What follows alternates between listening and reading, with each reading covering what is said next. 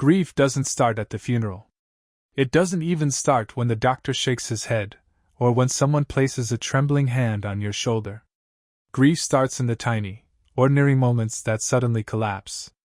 For me, it began at 6:42 a.m., when I reached across the bed and felt only cold sheets. The night before, everything was normal. She teased me about burning the pasta, and I rolled my eyes in mock offense. We watched a show we'd seen a dozen times already, just for the comfort of it. She kissed me goodnight, and mumbled something about needing to buy milk in the morning. That was the last thing she ever said to me. At 4:13 a.m., I woke to a sound I'll never forget, a half-breath, half-sob. I turned, and she wasn't moving. Her body was there, but she was already somewhere else. I called 911, my hands shaking so badly I dropped the phone twice. The paramedics came fast, their voices brisk, professional. "Aneurysm," one of them muttered. "Massive." I remember thinking, that's a word you use for parties, not for death. By sunrise, she was gone. The hours after were a blur of paperwork and phone calls. Her mother screaming on the other end of the line.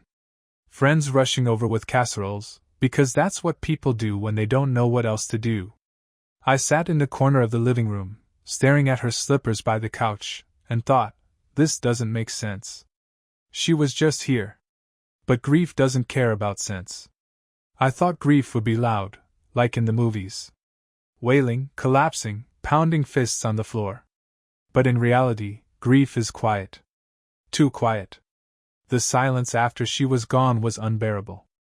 Her toothbrush stood untouched in the bathroom.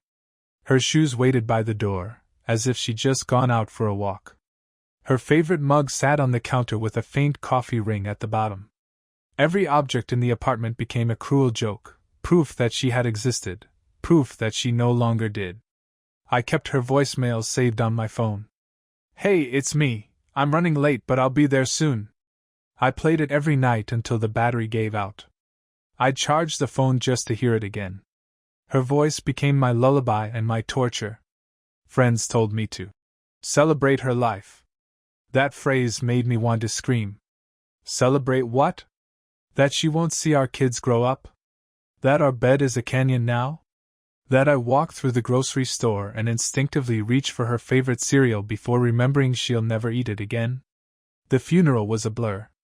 I stood in a suit that felt like someone else's skin, shaking hands with people I barely knew, nodding at their platitudes. "She's in a better place. She'll always be with you." None of it landed. The only thing I remember clearly is the way her best friend sobbed so hard she nearly collapsed. That sound followed me home. The weeks after were worse.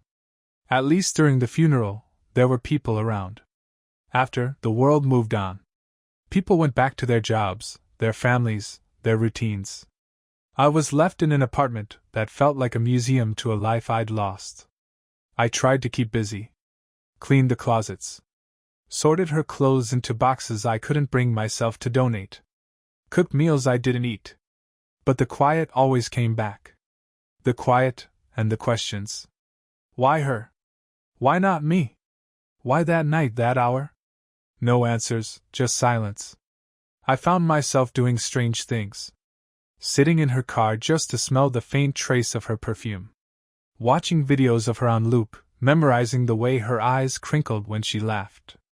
I even caught myself setting a place for her at the table once, my body moving on autopilot before my brain remembered the truth. Everyone said time would help. That it would dull the pain. They were wrong. Time doesn't heal, it just layers dust over the wound. The pain doesn't go away. It just gets quieter, like a song played from another room. But you still hear it. Always. 3 years have passed. People assume I'm better now. I function. I work. I smile in photos. I've learned to wear the mask. But underneath, I carry a room inside me where she still lives. That room is locked, and I visit it every day. Some days I imagine her voice so vividly I almost believe she's about to walk through the door. Other days I can't remember the exact sound of her laugh, and that terrifies me more than anything. The thought that I could lose even the memory of her feels like betrayal. I've dated since then. Nice women. Kind women. But every relationship collapses under the weight of comparison.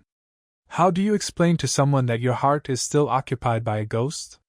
That no matter how much you try, no one else can touch the space she carved inside you?